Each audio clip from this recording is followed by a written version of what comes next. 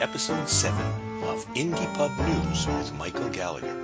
Today, we have the great pleasure of interviewing Jana Petken, critically acclaimed as a best-selling, gritty author and screenwriter who produces bold, colorful characters and riveting storylines. She is the recipient of numerous major international awards for her works of historical fiction and is presently in talks with film producers regarding one of her titles.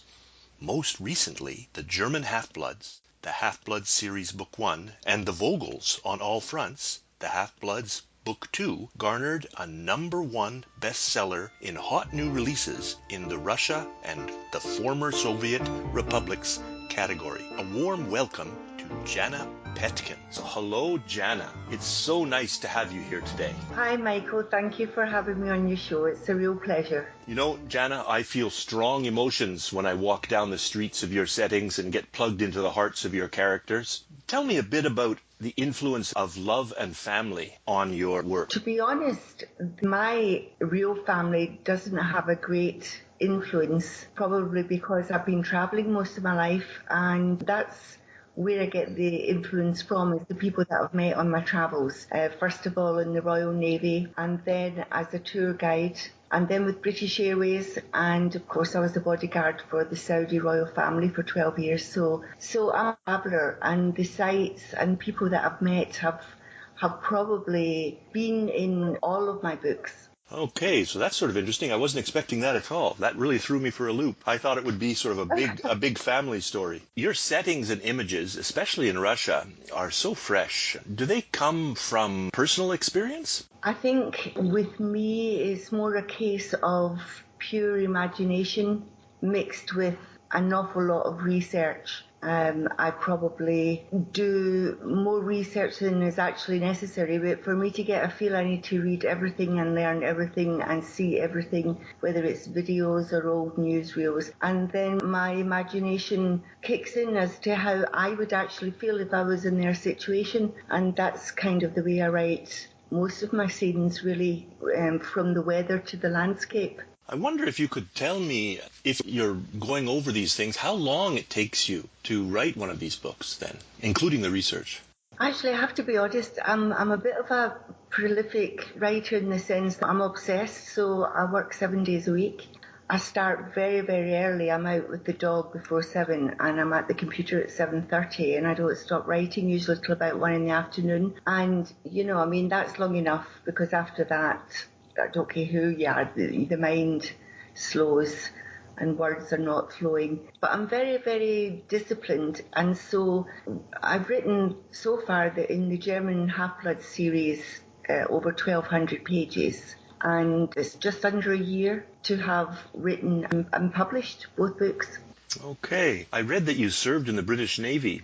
Yes, I did. So your grasp of military daily life on the battlefield rings very true. Would you care to reflect on the connection to your personal military reality in your characters and settings? Yes, a lot of people say to me that I actually have more of a feel for male characters than I do for my female characters. Certainly in most of my books, apart from 2 of them, the male characters are the predominant characters, protagonists. And this is because in the Royal Navy, when I was in the Navy, there were very few women actually serving, and so we shared a base with 2,000 male sailors and maybe 50 women, which kind of got a feel for how the male psyche thinks. And I was also very, very fit because I was in the military police. And I was actually the second female military policewoman in the Royal Navy at the time. And so I had to prove myself tougher and rougher than my male counterparts,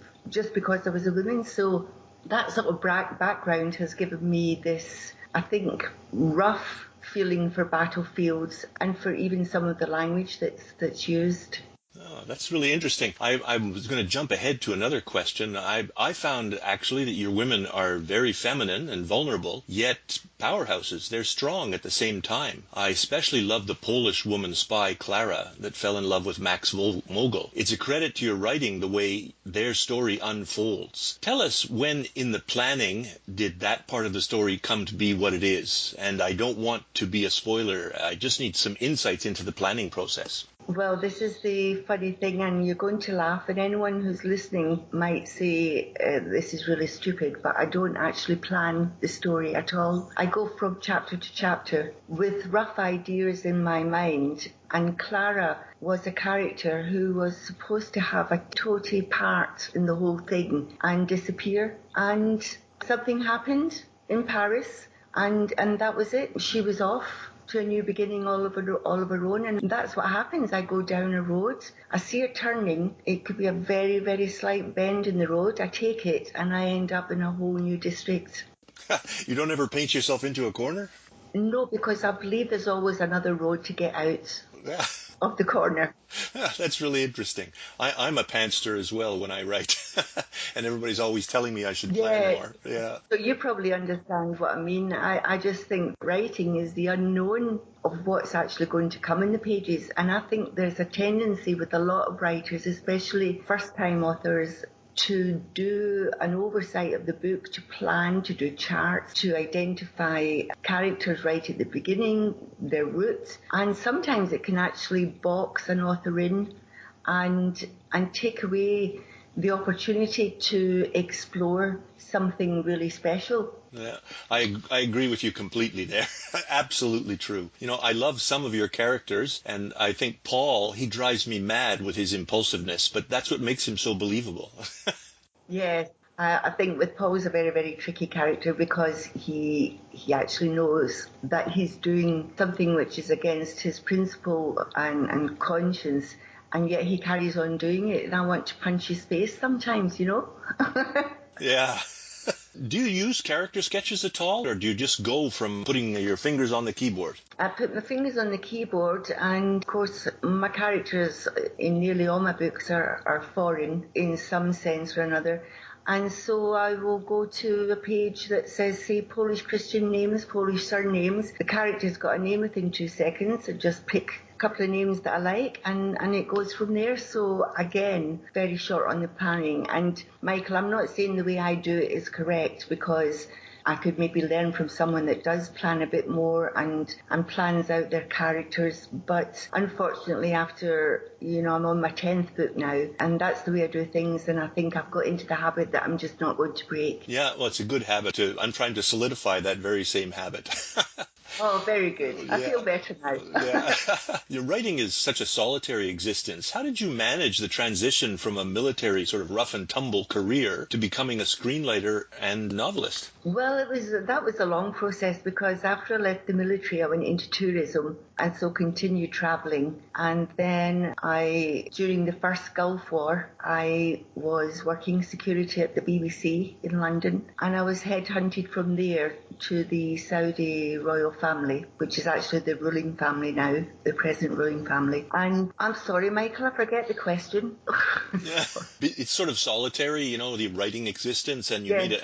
Just asking about the transition, how you managed it, because it's a big change. So after all my travelling, and I never had enough, and I left the Saudis and went to work with British Airways, and unfortunately I had a very bad accident on the aircraft, and it paralysed me down the right side, and I had 3 surgeries on my spinal cord at the neck, and I had no feeling in my hands, and so the neurosurgeon suggested that I typed, something I've never done in my life because I'd never worked in an office before, typed to try and get feeling back in my hands. And so that's how my first book, The Guardian of Secrets, was born.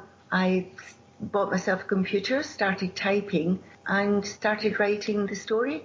And the solitary really was great for me because I was kind of incapacitated at the time and couldn't do much anyway, and I think I would have died of boredom. And so typing and developing this story kind of saved my life. And since then, I've come to enjoy working at all hours of the day and night, and then having a life outside when I feel like it. So the solitary confinement of writing is actually something that suits me down to a T.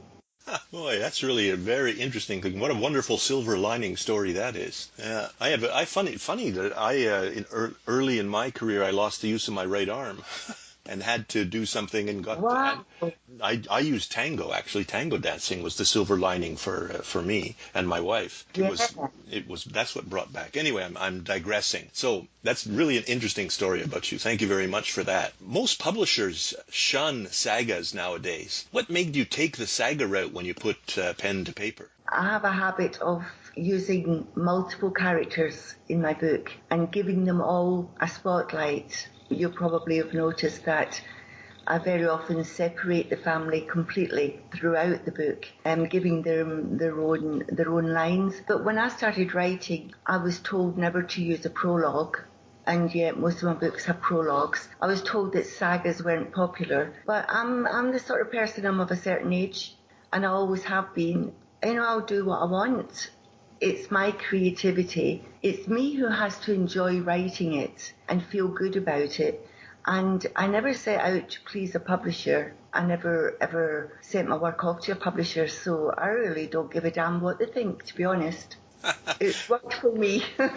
Yeah, no, I think that's great, really great. And, congratulations, your books are selling very well and consistently. Could you take a minute to talk about your marketing strategies? Yeah, sure. It's funny because I get asked this question quite a lot, and I really can honestly say that I invest money into my books. I do the best possible book covers. I pay good money for good editing, or as good as I can, I can hopefully get it. I'm not afraid to spend money, putting my money where my mouth is when it comes to marketing. I use everything from BookBub ads to Amazon ads, Facebook ads, and some social media stuff on Facebook. But I don't actually go out the box and do anything tremendous. I'm consistently putting amounts of money in depending on how much money I'm making that month. And I won't cringe from doing that, because if your book is not out there and consistently in the public eye, you can be forgotten in a heartbeat, and someone else will come in and take your place. And historical fiction is a very, very difficult category because of the major authors that are in it. So you can't expect to be up there with the big guns if you don't make an effort to reach big guns readers. And that's the way I see it, Michael. And so how much time do you spend writing copy then and doing blurbs or redoing your blurbs? How much energy do you spend on that? I was very, very worried about the blurb for the Vogels because it was a sequel, and because had I said too much, I would have been giving spoilers the whole way through it. So I was very worried, as I am with every blurb, because it's so vitally important that you try and draw the readers in, and I've never thought myself to excel in that department. But funnily enough, I got into the system of using the blurb as a line of questions. What happens if, how could, does this character. So if the blurb is a load of questions, you're not giving anything away. And I actually found that it was the quickest blurb I've written in the whole of the 9 books. As far as copy and advertising, I usually use reviews when allowed. Amazon won't allow you to use except for reviews when it comes to their marketing advertising. So again, I use questions about the story. Okay, that's an interesting strategy for people who are listening to this to try to put into practice, including me.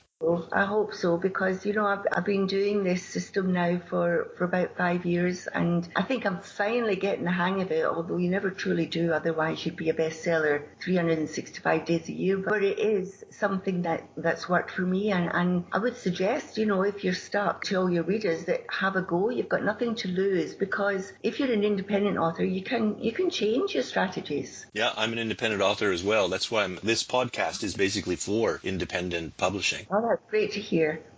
I just thought of something I forgot to ask earlier. Let's dial it back to the questions about character development. People find time to laugh in even tragic circumstances in your books. Wilma, for instance. Does the funny appear in your first draft, or do you edit it in afterward? No, the funny usually comes in first, because for me the characters are everything. And after the characters comes the story around them. And when you truly know the personality of your characters, and you can actually give them something like a comedic or a tragedy written into their scripts, then you can find just about any story to wrap around them. And so it's always very important to me that I make the characters very, very high on my list of importance before I even go into the second draft. How many drafts do you use? 2. Okay. I do 2 drafts, but what I do, Michael, and I find it very, very useful, is before I start writing every day, I read through the previous 2 chapters twice, sometimes 3 times.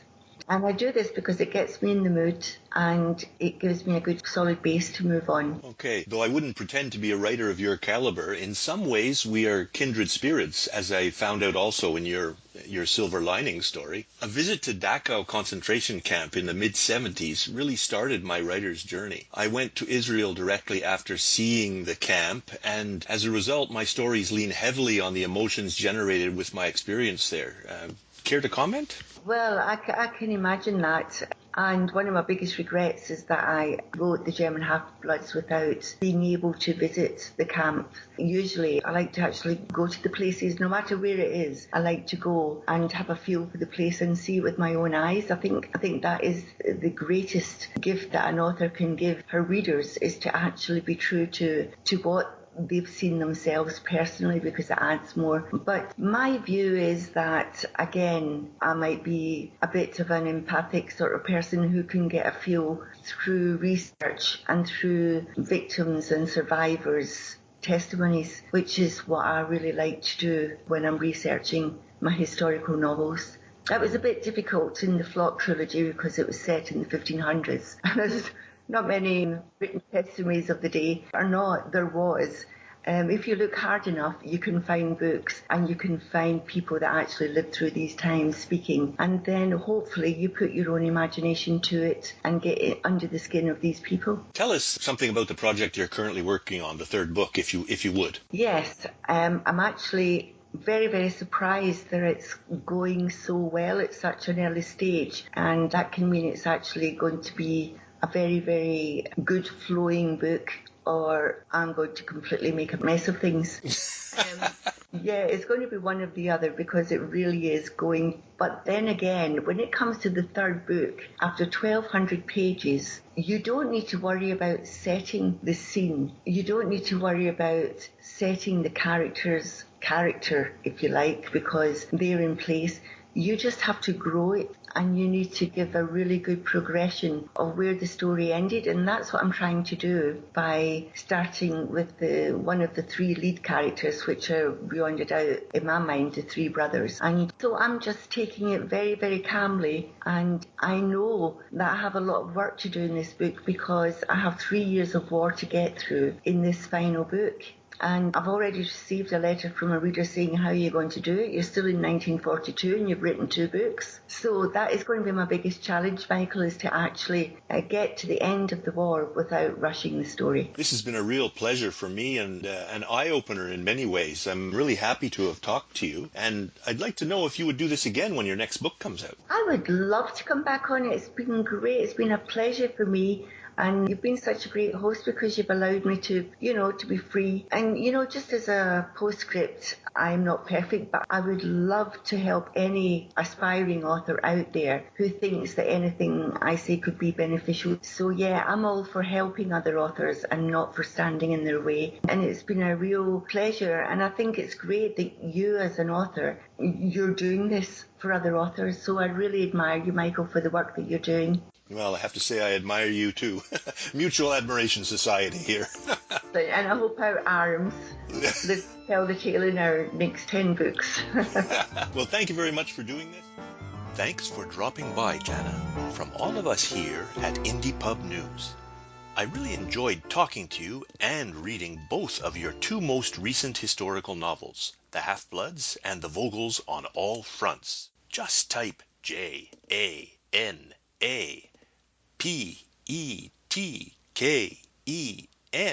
at Amazon and grab your copy of any of her 10 books.